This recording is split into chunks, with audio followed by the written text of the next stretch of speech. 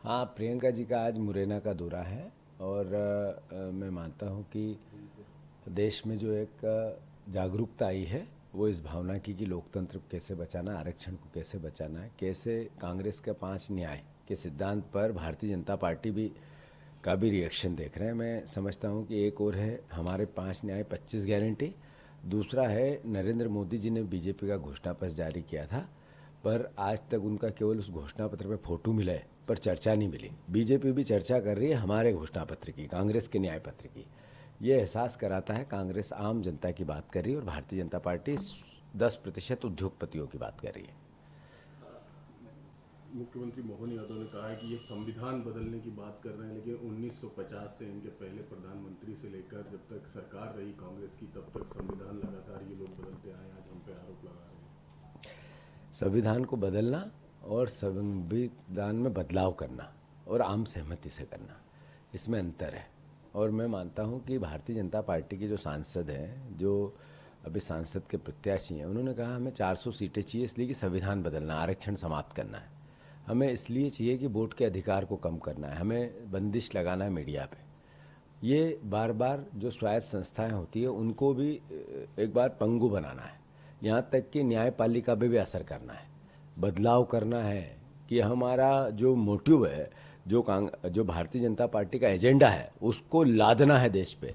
इस अंतर को मोहन यादव नहीं समझ सकते हैं, देश समझ रहा है। बाबा साहब अम्बेडकर का जो अपमान कर रही है भारतीय जनता पार्टी, वो देश समझ रहा है। यही कारण है कि बीजेपी विचलित है। मोहन भागवत, आदरणीय अमित शाह जी, आदरणीय नरेंद्र मोदी जी और आदरणीय मोहन यादव जी घबरा कर जवाब सवाल कर रहे हैं।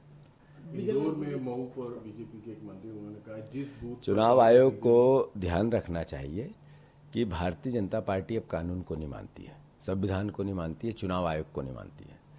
लोकतंत्र की हत्यारी ये पार्टी, इसने 17 सरकारें गिराई, चलन ला दिया, विधायकों की मंडी बना दी, सांसदों की मंडी बना दी। और सबसे बड़ी बात, अब ये बूथ कैप्चरिंग के साथ साथ प्रत्याशी का अपहरण करने लगे हैं अलग अलग तरीके से, प्रशासनिक व्यवस्था बना के।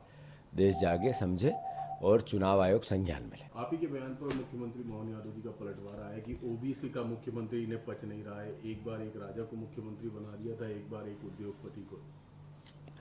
मोहन यादव जी, मैं जब आपसे बात करता हूं तो आप ये भूले नहीं, मैं भी ओबीसी का ही श्रेणी में आता हूं। और जब मैं ये आपसे बात करता हूं कि 17 बहनों की रोज रेप होता है हमारे मध्य प्रदेश में, एनसीआरबी के आंकड़े ये कहते हैं, उसका औसत रेप 17 है। 8 साल की बच्ची का भोपाल में रेप हुआ, 10 साल की बच्ची का रेप अलीराजपुर में हुआ। मैं उनसे मिलने गया तो आपकी सरकार ने मुझ पर एफआईआर कर दी, जबकि मैं बच्ची से नहीं मिला, परिवार से मिला। मैं आपसे अनुरोध करना चाहता हूं कि इस तरह की बातें जब हम करते हैं और ये कहते हैं कि आपकी सरकार अपराध करती है, आप गृह मंत्री हैं, आपको शर्म आनी चाहिए, तो आप मुझ पर आरोप प्रत्यारोप करते हैं। आप मुख्यमंत्री हैं, आपको विधायकों ने नहीं बनाया, आपको जनता ने भी नहीं बनाया, आपको पर्ची ने बनाया। तो आप मुख्यमंत्री प्रदेश के हमारे भी हैं।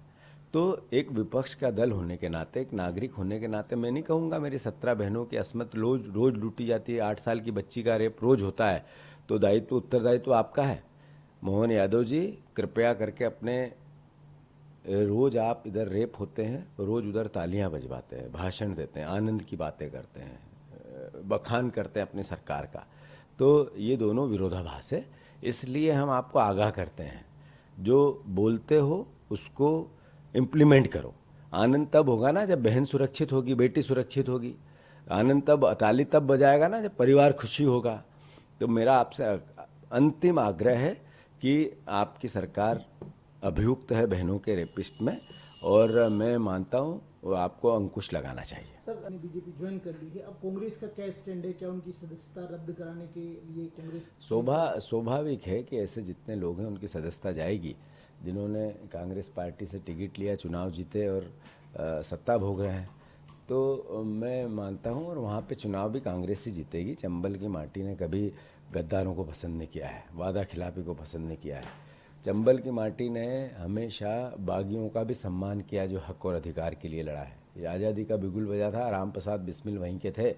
तो ये चंबल की माटी गद्दारों को पसंद नहीं करती है। उन्होंने इस्तीफा नहीं दिया है विधानसभा की सदस्यता से, तब क्या कांग्रेस उन्हें निष्कासित करने जा रही है? निश्चित है, कानून के सम्मत जो होगा करेंगे। तो ये ने कहा है जहां मोहन जी की मुरली बजती है वहां से कांग्रेस का सुपड़ा साफ हो जाता है, कांग्रेस का चौपट होना तय है। जयभान सिंह पवैया जी क्या कहते हैं क्या नहीं, मैं उस पर उत्तर नहीं देना चाहता हूं, पर ग्वालियर चंबल में तीनों सीट कांग्रेस जीतेगी।